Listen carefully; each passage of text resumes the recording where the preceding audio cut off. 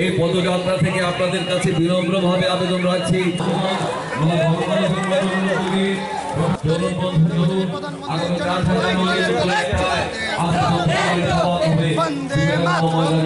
সরকার প্রতিষ্ঠিত হওয়ার পর সরকারিভাবে এটাই মাননীয় প্রধান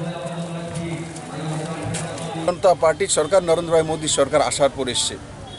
আজকে ত্রিপুরার মানুষ নিজের ভাগ্যের নির্ণয় নিজেরাই করতে পারেন। আর তার সঙ্গে সঙ্গে মাননীয় প্রধানমন্ত্রীজি ত্রিপুরাবাসী যে সিভিক পুলে উপহার দিয়েছে ৩৭ লক্ষ ত্রিপুরাবাসীর জিত, বিভিন্নভাবে আমাদেরকে ত্রিপুরার মানুষকে বদনাম করা হচ্ছিল, পুরো বিশ্বব্যাপী ত্রিপুরার মানুষদেরকে দাঙ্গাবাজ হিসাবে চিহ্নিত করা হচ্ছিল, কিন্তু ত্রিপুরার মানুষ এই সিভিক পুল ইলেকশনের জবাব দিয়েছে। মাননীয় প্রধানমন্ত্রীজি আগামী ৪ তারিখ ৪ঠা জানুয়ারি আস্তাবল ময়দান থেকে ত্রিপুরাবাসীকে সম্বোধন করবেন।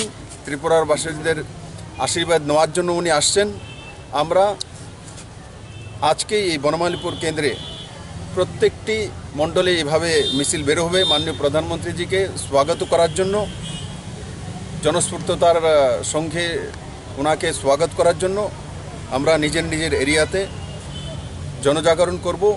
আর আমি আশা করি সেদিন মাননীয় প্রধানমন্ত্রীজির সেই মূল্যবান বক্তব্য শোনার জন্য সমস্ত ত্রিপুরাবাসী আগরতলামুখী হবে এবং মাননীয় প্রধানমন্ত্রী যেভাবে ত্রিপুরা রাজ্যের উন্নয়নের জন্য দুহাত তুলে সাহায্য করছেন এবং সেদিনে আমাদের যে ইন্টারন্যাশনাল এয়ারপোর্টের যে টার্মিনাল সেটাও উনি ইনগ্রেশন করবেন। ত্রিপুরাবাসীর জন্য বড় একটা উপহার, প্রায় ৫০০ কোটি টাকা ব্যয়, এটা বাজেট মাত্র ৫০০ কোটি টাকা, কিন্তু জমিন ত্রিপুরা সরকার দিয়েছে, সেখানেও প্রায় ২০০ কোটি টাকার জমিন রয়েছে। তো এই কুল মিলাকে ৫-৭০০ কোটি টাকার বিনিময়ে এই সুন্দর এয়ারপোর্ট তৈরি হচ্ছে, আধুনিকতম এয়ারপোর্ট। আমি আশা করি ত্রিপুরাবাসীর জন্য সেটা একটা নতুন সৌগাত নিয়ে আসবে নতুন বৎসরে। এবং তার সঙ্গে সঙ্গে বিদ্যাজ্যোতি, যেটা ত্রিপুরা সরকার সিবিএসই সিলেবাসের স্কুল ১০০ স্কুল, সেটারও শুরুয়াত সেদিন মাননীয় প্রধানমন্ত্রী ঘোষণা করবেন।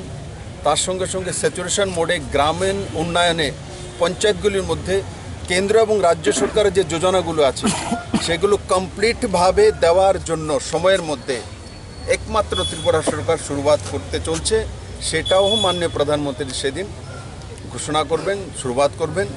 তার জন্য আমি আবারও মাননীয় প্রধানমন্ত্রীজিকে ত্রিপুরাবাসীর পক্ষ থেকে স্বাগত জানাই, ওনাকে অভিবাদন জানাই। ত্রিপুরা নিয়ে আপনাদের সামনে দিয়ে এগিয়ে চলেছেন রাজ্যের জনপ্রিয় মুখ্যমন্ত্রী তথা আপনাদের প্রিয় বিধায়ক শ্রী বিপ্লব কুমার দেবজি।